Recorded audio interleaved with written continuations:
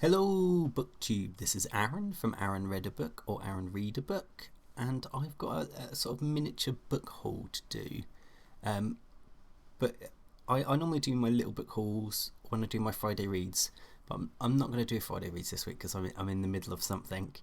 And this book haul, I've got a couple of books for a new kind of challenge that I'm doing, so I thought I'd talk about that a little bit. This was kind of inspired by a video Sarah from Your True Shelf made, where she's doing this insane book reading challenge called the hardest book challenge you'll ever do or something. And I was thinking when I was watching her video that I can't never do a challenge like that because I'm such a mood reader. I wouldn't be able to have such a regimented reading sort of plan, but it does have a lot of options, so I guess you could fit a lot of stuff into it. But one of the prompts was new releases, and I've always kind of thought it would be fun to do a year where I did a new release every month or something along those lines. So I'm going to try and do a new release every month and see if I can do it because I never read new releases, so this will be a nice change for me. And I also want to kind of buy the physical books as well, because I only buy everything secondhand, so it would be nice to buy some full price books. Well, I'm still going for the cheapest ones I can find, but give some money back to the bookshops. Although I have gone Blackwell's, which I think is owned by Amazon now, but it has free shipping, so it's very, very cheap compared to most book vendors. But I will try and use bookshop.org and real life bookshops in the future if possible. The first book I bought for this is called The Fourth Consort. This is a new author to me, and it's a February release, so it came out this February, and it's by the same author who wrote the book for Mickey 17, which is that film that came out recently, which I also have not seen. But this sounded fun, and yeah, what's the blurb? It's about Dalton Greaves, a hero. He's one of humankind's first representatives to unity, a pan-species confederation working to bring all sentient life into a single brotherhood. So that kind of sounds a bit like Ursula Le Guin's Hainish books, where they seek out new life and try and bring them into their sort of network, or similar to Star Trek as well. But yeah, it sounds fun.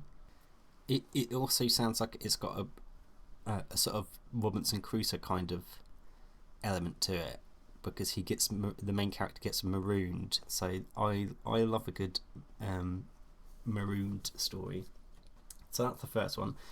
The second one, this one sounds really up my street, and I'd not heard of this author before.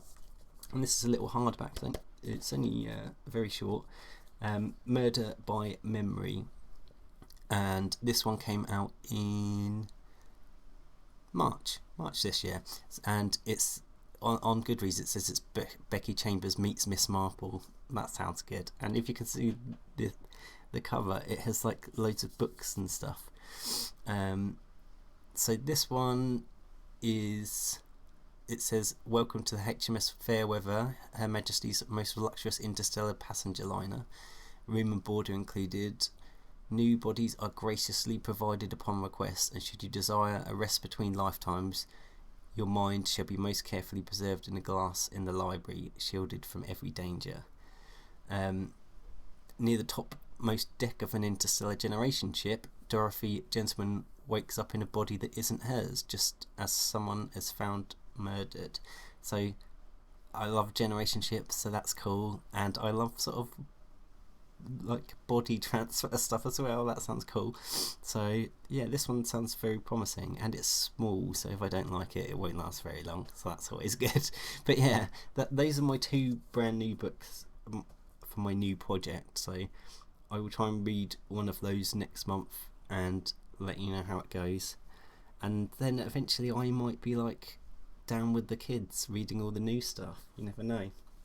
I also bought a couple of I was on Amazon buying something else, and I looked into the book section because I can't help myself, and I saw there was a reduced this book was reduced to £7, and it's A Wizard of Earthsea, the graphic novel. I don't know if you can see it on the camera, but it has like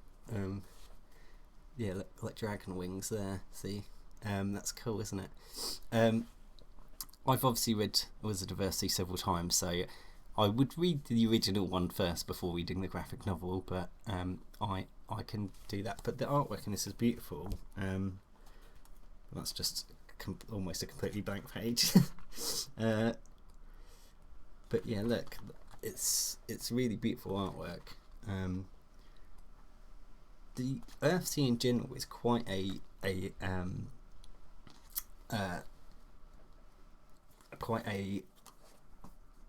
not dialogue heavy series, so it will be interesting to see how it works as a graphic novel. I imagine it looks like it's a lot more art than novel, but I already know the story, so it will be nice just to look at all the pictures. And I sort of want to collect loads of different editions of A Wizard of Earthsea as well, because there's loads of really nice ones.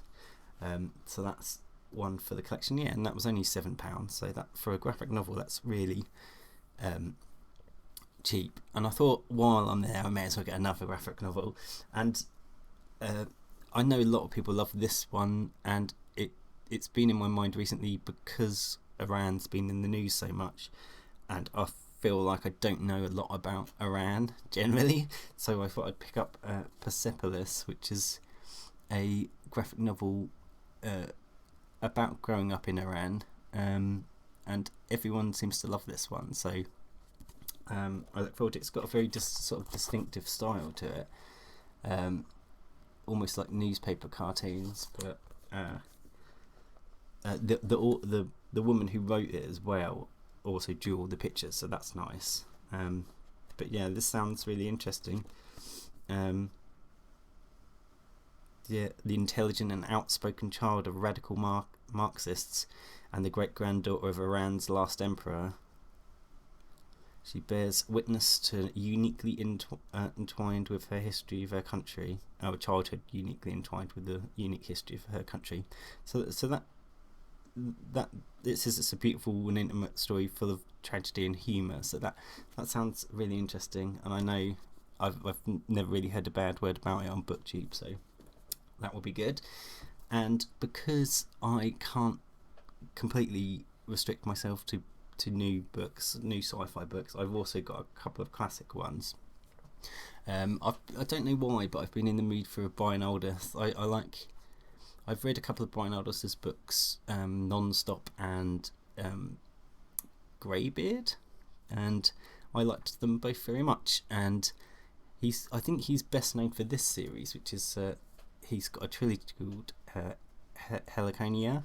I really like the covers. So I got the first one, Helonia Spring, and the second one, Helonia Summer. I didn't get Winter. This is about a world where the seasons last for a really long time, I think. Let me read the back. The great drama of life on this Helonia is shaped by its cosmic limitations. It revolves around 3 other planets, 15 times the size of our sun, 60 times as luminous. The contrast of climate, whole seasons last for centuries, and civilizations rise and fall with each 3 millennia orbit. So it sounds like a kind of epic history where it's going to be spring for centuries, and then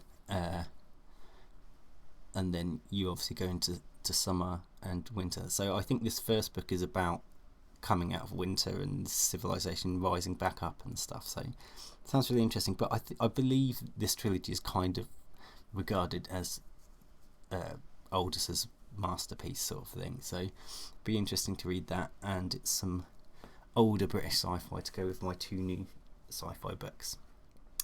Yep, so that's my little book haul and my little project. Let me know if you've read any of these, or if the new ones sound interesting to you. I think Murder by Memory by Olivia Waite, that one might